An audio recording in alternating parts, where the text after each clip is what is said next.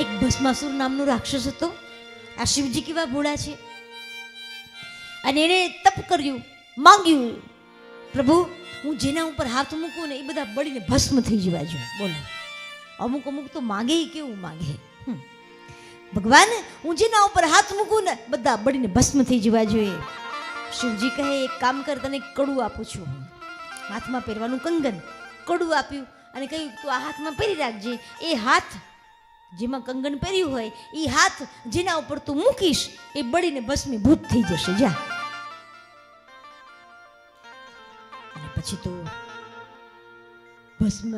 ભસ્માસુરને આ કડું આપ્યું. વિચાર કર્યો, કડું મળી ગયું, પણ કોના ઉપર ઇસ્તેમાલ કરું? સીધો શિવજી ઉપર જ ઇસ્તેમાલ કરું. બોલો, આનું નામ જ રાક્ષસ.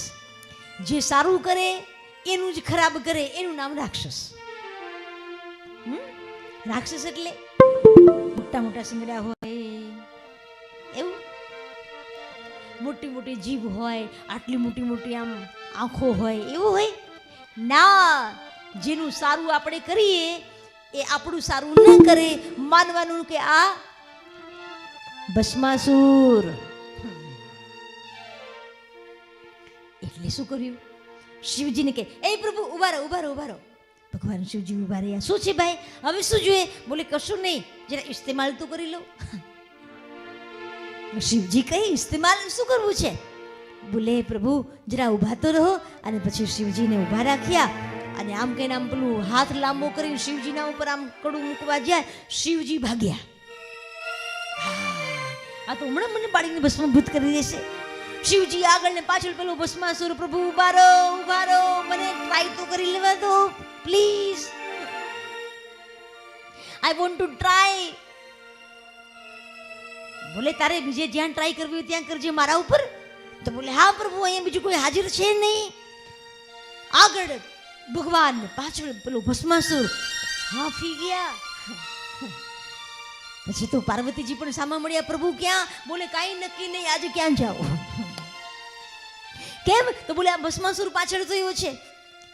પાર્વતીજી વાત સમજી ગયા. હૃદયથી ભગવાન વિષ્ણુને પ્રાર્થના કરી, પ્રભુ જાઓ, છોડાવો અમારા પ્રભુને. આ ભોળા છે બહુ, વરદાન ગમે તેને આપી દે. આ વરદાન આપ્યું છે ને પેલો એના ઉપર જ ઇસ્તેમાલ કરવા જઈ રહ્યો છે, એના ઉપર જ ઉપયોગ કરવા જઈ રહ્યો છે. તો શું કરું?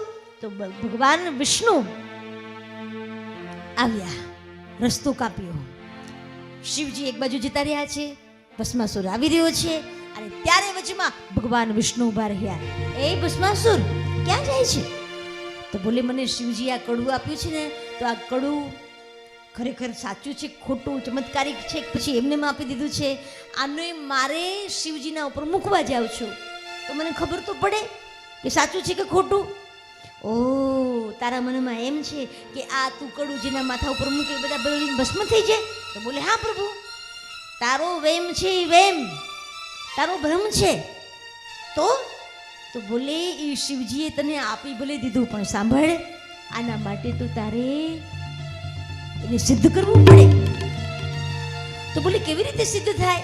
તો બોલે હું તને જેટલા દાવ બતાવું એટલા દાવ તારે કરવાના. એટલા દાવ તું કરીશ પછી એ કડું સિદ્ધ થાય. તો પછી સામે ભસ્માસુર ઉભો રહી ગયો, એના હાથમાં કડું છે, પહેરી લીધેલું છે કંગન. આ બાજુ ભગવાન કહે જેમ તમે છોકરાઓ કસરત કરાવે શનિવારે પીટીનો પીરિયડ હોય એવી રીતે ચાલુ કર્યું છે. ભસ્માસુર સાવધાન, વિશ્રામ, સાવધાન, વિશ્રામ. અને પછી તો 1 2 3 4 5 6 7 8 દાવ કરાવે છે. 1 2 3 4, 1 2 3 4. અને બરાબર પેલું કોન્સન્ટ્રેટ થયું, અંદર એકાગ્ર થઈ ગયો. અને પછી ભગવાન બોલ્યા 1 2 3 4, 1 2 3 4. બળીને ભસ્મીભૂત થઈ ગયો. એનું કડું એના માથા ઉપર પડ્યું, બળીને ખાક થઈ ગયો. એટલે કવિ કહે ભસ્માસુર કો ભોલે કંગન દિન્હા, भस्मासुर को बोले कंगन दीना, उसने गंगेधर तेरा पीछा किन्हा, उसने गंगेधर तेरा इच्छा कीना। वरदान के बोले वरदान के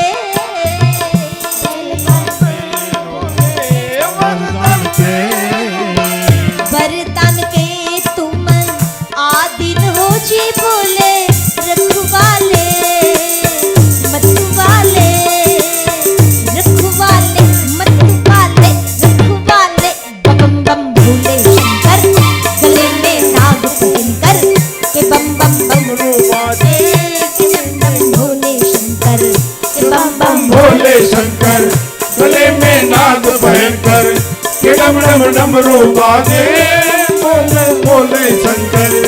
बम बम भोले शंकर गले में नाग पहनकर के डम डम डमरू बाजे के बम बम भोले शंकर के बम बम भोले शंकर गले में नाग पहनकर के डम डम डमरू बाजे बम बम भोले शंकर।